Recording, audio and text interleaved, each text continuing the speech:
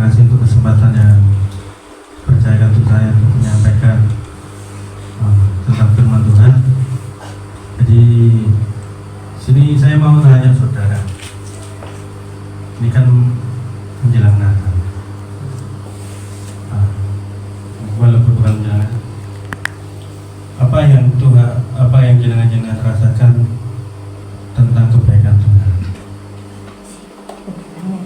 Banyak, contohnya dalam pembelaan, perlindungan, pemeliharaan terutama. Nah, di sini saya mau membahas tentang kasih karunia Allah. Kasih karunia Allah yaitu adalah kebaikan yang Tuhan berikan kepada kita secara cuma-cuma.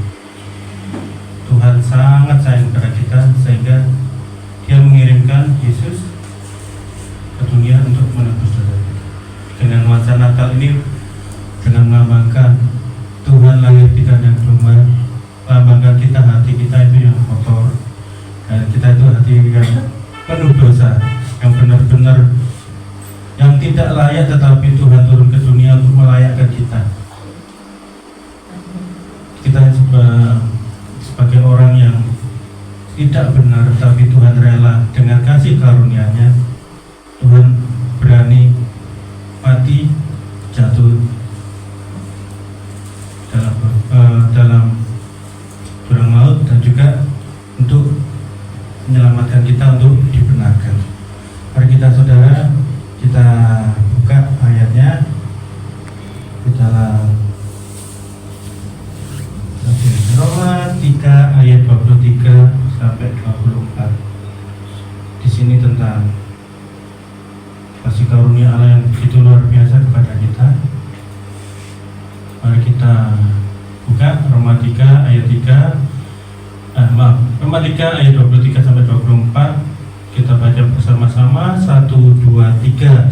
Karena semua orang yang telah berdosa dan telah kehilangan kemuliaan Allah, dan oleh kasih karunia telah dibenarkan dengan cuma-cuma karena penebusan Yesus. Di garis bawahi ayat yang terakhir, dengan cuma-cuma karena penebusan dalam Kristus Yesus.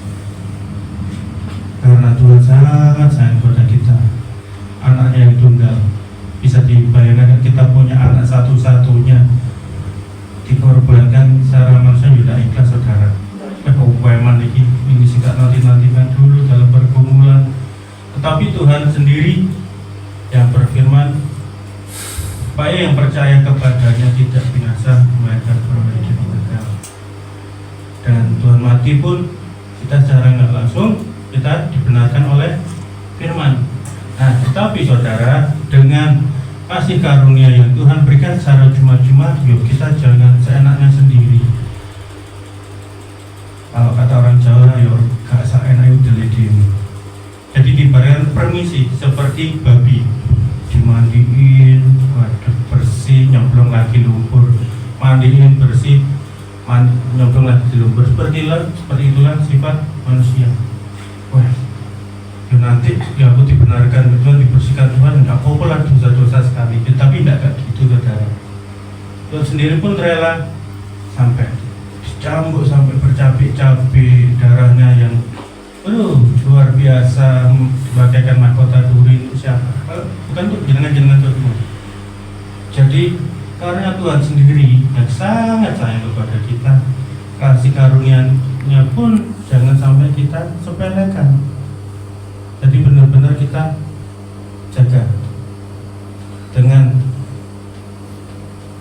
contohnya seperti kita menjadi cerminan bahwa kita adalah anak Tuhan dengan jamu saudara, jaga mulut.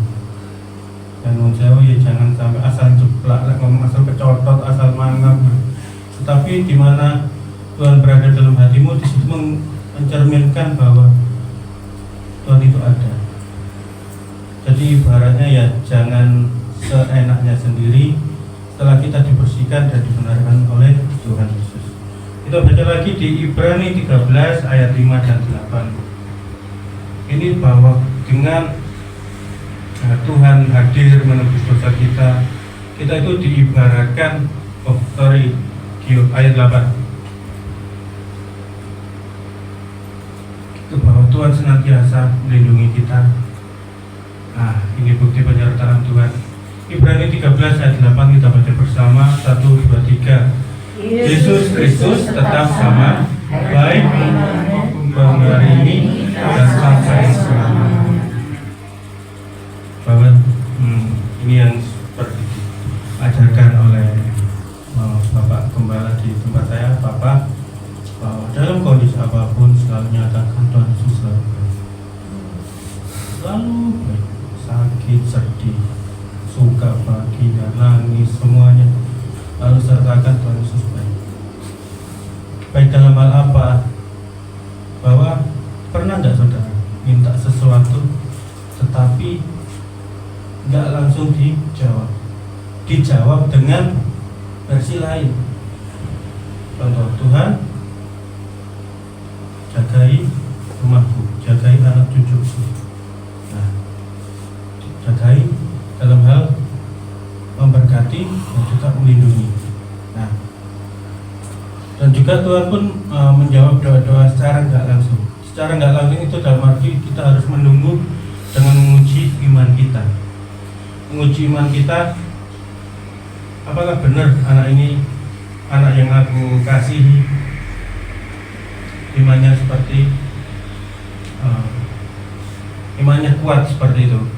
Jadi bisa dikatakan dengan kita memelihara iman yang benar-benar percaya takut akan Tuhan, di situ Tuhan menguji kita. Tetapi jangan pernah sampai berpikir bahwa Tuhan tidak akan meninggalkan kita.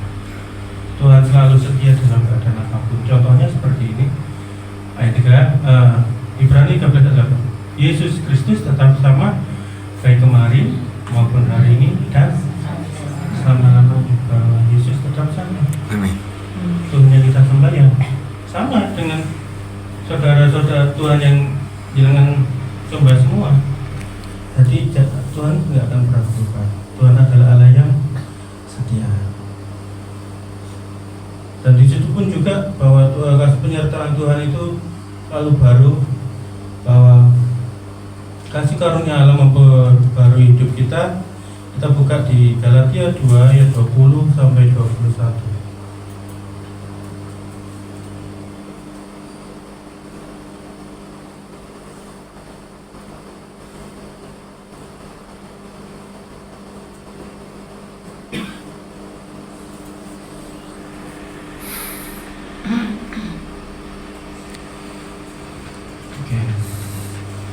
Galatia 2 ayat 20 sampai 21, kita baca bersama. 1, 2, 3. Namun aku hidup, tetapi bukan aku lagi sendiri yang hidup, melainkan Kristus yang hidup di dalam aku. Dan hidupku yang kuhidupi sekarang di dalam daging adalah hidup oleh iman dalam Anak Allah yang telah mengasihi aku dan menyerahkan dirinya untuk aku. Aku tidak Kasih karunia Allah, sebab sekiranya aku sia-sialah kematian. Di sini sangat jelas saudara, ayat yang ke-20. Namun aku hidup, bukan lagi aku sendiri yang hidup, melainkan Kristus yang hidup di dalam aku. Dan hidupku yang kuhidupi sekarang di dalam daging adalah hidup oleh iman dalam Anak Allah yang telah mengasihi aku dan menyerahkan dirinya untuk aku. Karena kita hidup diperbarui dan dibenarkan oleh Tuhan, Dr. pun juga berkata ayat yang 20 ini bahwa kita benar-benar menjaga kekudusan dengan Tuhan mengirimkan kita Roh Kudus. Apakah Roh Kudus akan meninggalkan kita? Tidak. Justru karena keburukan kita, Roh Kudus itu sebenarnya ada. Ibaratkan begini saudara, Roh Kudus itu mau menempati hati yang bersih. Kak, contoh-contoh jenengan Kak, jenengan nyaman boten kalau tinggal singgah di tempat yang kotor, yang menurut waduh kok gini ya, risih pasti, jijik terutama. Nah, begitu pula dengan Roh Kudus. Roh Kudus itu ada, tetapi Roh Kudus sendiri akan muncul kalau hati kita benar-benar bersih, hati dan pikiran benar-benar bersih, di situ Tuhan mengirimkan Roh Kudus untuk kita hidup diperbarui oleh kebenaran firman, hidup lebih lagi serius dalam iman kita, pengujian iman. Seperti ibaratkan iman itu seperti kita, ini yang sering Bapak Gembala sampaikan sama Bapak saya, bahwa iman itu seperti emas, semakin ditempa, semakin dimurnikan, dileburkan, benar prosesnya itu, waduh, sakitnya minta ampun.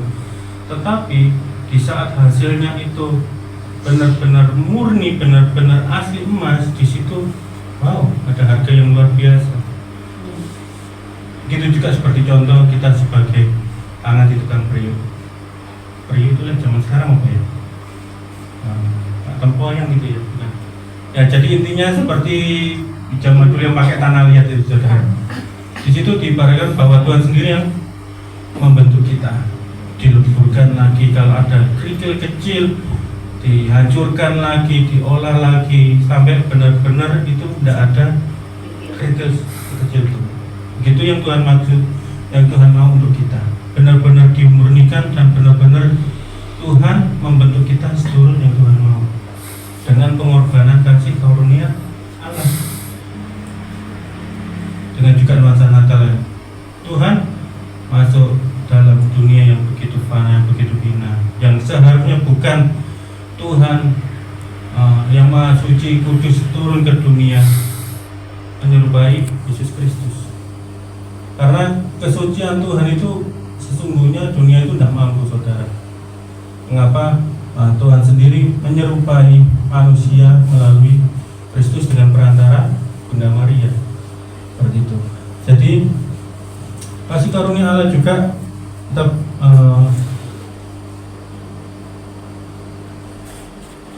kita baca di Yohanes 1 ayat 16 dan 17.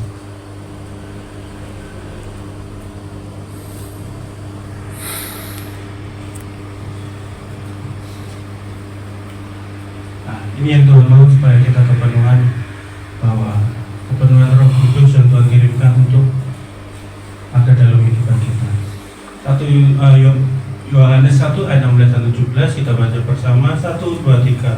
Karena dari kepenuhannya kita semua telah menerima kasih karunia demi kasih karunia, sebab hukum Taurat diberikan oleh Musa, tetapi kasih karunia dan kebenaran datang oleh Yesus Kristus. Yang dimaksud dengan sebab hukum Taurat diberikan oleh Musa, di saat Musa naik ke Gunung Sinai, itu sebenarnya minta peraturan, saudara, yang melalui Tuhan langsung. Ini bukan maksud bertolak belakang bahwa Tuhan tidak mau sama dengan hukum-hukum yang Tuhan berikan sendiri, tetapi dengan Tuhan sendiri yang bekerja melalui Yesus Kristus, bahwa Tuhan itu sangat cinta. Maka dari 10 perintah Allah, Tuhan mengubah menjadi 2. Kasihilah Tuhan Allahmu dengan segenap hatimu. Dengan Segenap hatimu. yang dimaksud adalah dengan segenap hati itu apa ya? Benar-benar sepenuhnya, tidak separuh-separuh, tidak icet-icet, tidak seperempat, ya benar-benar sepenuhnya. Kita mengasihi Tuhan itu benar-benar dengan tulus hati, dan kita selalu percaya bahwa kasih karunia Allah itu selalu ada dalam kehidupan kita, dan kita pun nggak akan pernah ditinggalkan, saudara. Dengan kesetiaan yang luar biasa, dengan kuasa Tuhan yang Maha Kudus, mau mengubah kita, mau mengambil kita dengan kita orang yang paling hina, yang paling kotor, sampai Tuhan pun rela karena sayangnya kepada dunia. Jadi yang saya sampaikan malam ini adalah kasih karunia itu benar-benar kita syukuri, karena tidak semua orang bisa, tidak semua orang dapat. Para Tuhan sendiri yang memberikan kasih itu secara cuma-cuma. Asal kita percaya saja, semua sakit hilang. Jadi seperti lagu Sekolah Minggu, semua sakit hilang. Jadi benar-benar, ya benar-benar kita sepenuhnya berserah sama Tuhan, benar-benar percaya walaupun proses yang luar biasa, tetapi Tuhan gak akan pernah meninggalkan. Tuhan selalu setia dimanapun dan kapanpun, dalam kondisi apapun, selalu katakan Tuhan Yesus selalu baik. Tuhan punya rencana yang luar biasa, yang kadang kita pun, Tuhan kok ini sih, Tuhan kok gitu, ini yang enggak aku mau Tuhan. Tetapi kenapa Tuhan selalu menjawab doa yang tidak pernah ya benar, yang tidak sesuai? Karena Tuhan punya maksud untuk hidup kita, entah itu menjadi berkat, entah itu menjadi kalau rancangan Tuhan yang Tuhan mau, mungkin dalam pelayanan, mungkin dalam pekerjaan, apapun, Tuhan pasti mempunyai rencana yang terbaik untuk kita sebagai alatnya. Oke. Kita buka lagi saudara di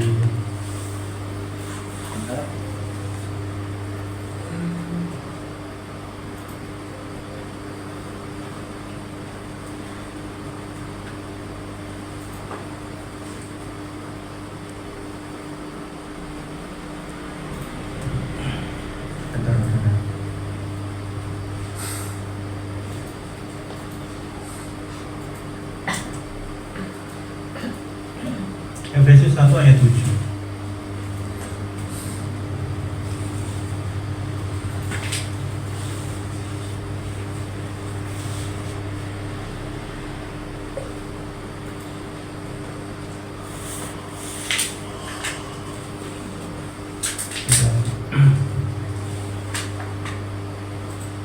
Sudah ketemu saudara?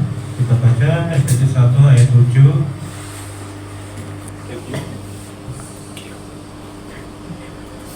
Oke, Efesus 1 ayat 7 kita baca bersama. 1, 2, 3. Sebab di dalam Dia dan oleh darahnya kita beroleh penebusan, yaitu pengampunan dosa menurut kekayaan kasih karunia-Nya. Ini jelas saudara bahwa sangat sayangnya Tuhan sama kita, bahwa Dia dan oleh darahnya kita beroleh penebusan, yaitu pengampunan dosa. Pengampunan dosa itu tidak ada yang lain saudara, hanya dalam Tuhan. Amin. Dalam Tuhan Yesus. Ya permisi, ya agama lain ngomong percaya itu pasti masuk surga, tapi enggak. Kita buka bro, Yohanes 14 ayat 6. Bro.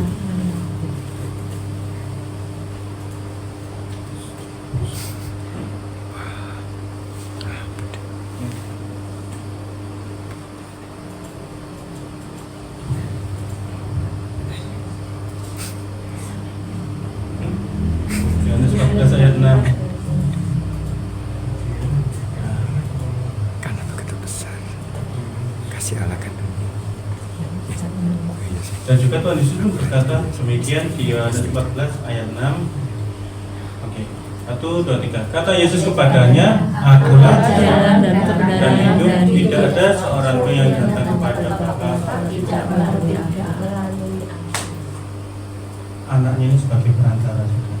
Sebelum melalui itu Bapa yang di surga, dan Yesus itu sendiri, Akulah jalan kebenaran dan hidup, tidak ada seorang pun yang datang kepada Bapa kalau tidak melalui aku. Ini semuanya karena kasih karunia Allah, kasih karunia Tuhan.